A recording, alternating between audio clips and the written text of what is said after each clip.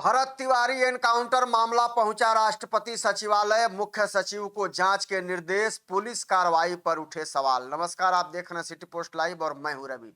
बिहार के भोजपुर जिले के चर्चित भरत तिवारी एनकाउंटर मामले ने अब एक नया और महत्वपूर्ण मोड़ ले लिया है। यह मामला अब राष्ट्रपति सचिवालय तक पहुंच गया है।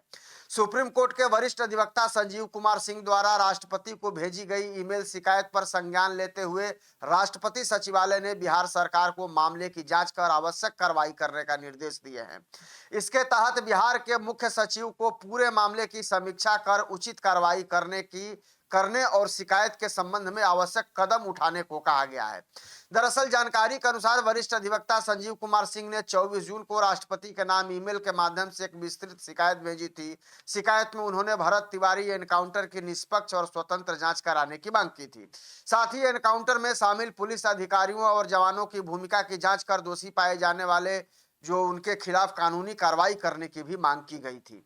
तो राष्ट्रपति सचिवालय द्वारा भेजे गए पत्र में बिहार सरकार से मामले की जांच कर आवश्यक कार्रवाई करने और उसके संबंध में जानकारी उपलब्ध कराने को कहा गया है। इस निर्देश के बाद अब पूरे मामले में बिहार सरकार और प्रशासन की जिम्मेवारी और बढ़ गई है।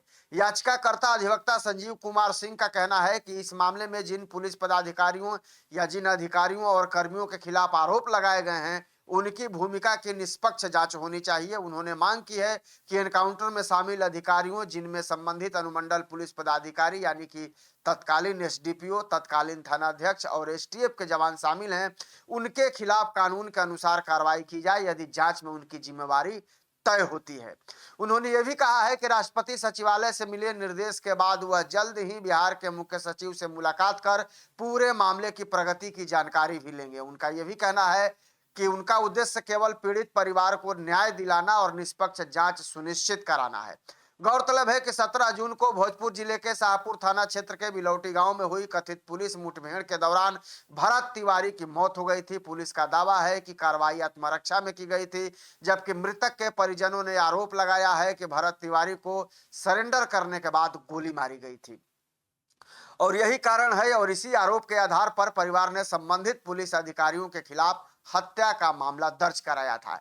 इस बीच सामने आई पोस्टमार्टम रिपोर्ट ने भी मामले को नई दिशा दे दी है। रिपोर्ट में 5 गोलियां लगने की पुष्टि हुई है। इसके बाद घटना की परिस्थितियों और पुलिस कार्रवाई को लेकर विभिन्न स्तरों पर सवाल उठने लगे हैं। हालांकि इन सवालों की सत्यता की पुष्टि जांच पूरी होने के बाद ही हो सकेगी। बहरहाल मामले को लेकर कई राजनीतिक दलों, सामाजिक संगठनों और जनप्रतिनिधियों ने भी निष्पक्ष जांच की मांग उठाई है। बिहार के पूर्व पुलिस महानिदेशक डीजीपी अभयानंद ने भी इस मामले में सार्वजनिक रूप से सवाल उठाए थे। उन्होंने विशेष रूप से घटना के समय घटना स्थल पर एसडीएम की मौजूदगी और पूरी कार्रवाई की प्रक्रिया की जांच आवश्यक बताई थी। इधर सरकार ने पहले ही इस मामले की जांच के लिए न्यायिक आयोग का गठन कर रखा है। आयोग पूरे घटनाक्रम, पुलिस कार्रवाई, मेडिकल रिपोर्ट, फोरेंसिक साक्ष्य और अन्य उपलब्ध जो प्रमाण हैं उनके आधार पर जांच कर रहा है। इसके अलावा एनकाउंटर में इस्तेमाल किए गए हथियारों की फोरेंसिक जांच और डिजिटल साक्ष्यों के विशेष रूप से भरत तिवारी के मोबाइल फोन की जांच भी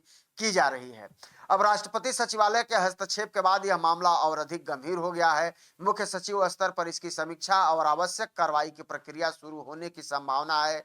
अब साथ ही साथ संबंधित विभागों से रिपोर्ट लेकर आगे की भी कार्रवाई की जाएगी। फिलहाल पूरे मामले में सभी की नजरें न्यायिक जांच और फोरेंसिक रिपोर्ट और प्रशासनिक कार्रवाई पर टिकी हुई है। आने वाले दिनों में जांच एजेंसियों की रिपोर्ट और सरकार की जो कार्रवाई है यह स्पष्ट करेगी कि इस चर्चित एनकाउंटर मामले में आगे क्या निष्कर्ष निकलता है और किन तथ्यों के आधार पर यह निर्णय लिया जाता है। बहरहाल आप क्या सोचते हैं इस खबर को लेकर कमेंट जरूर करिएगा और खबर को ज्यादा से ज्यादा शेयर और लाइक भी कर दीजिएगा। धन्यवाद।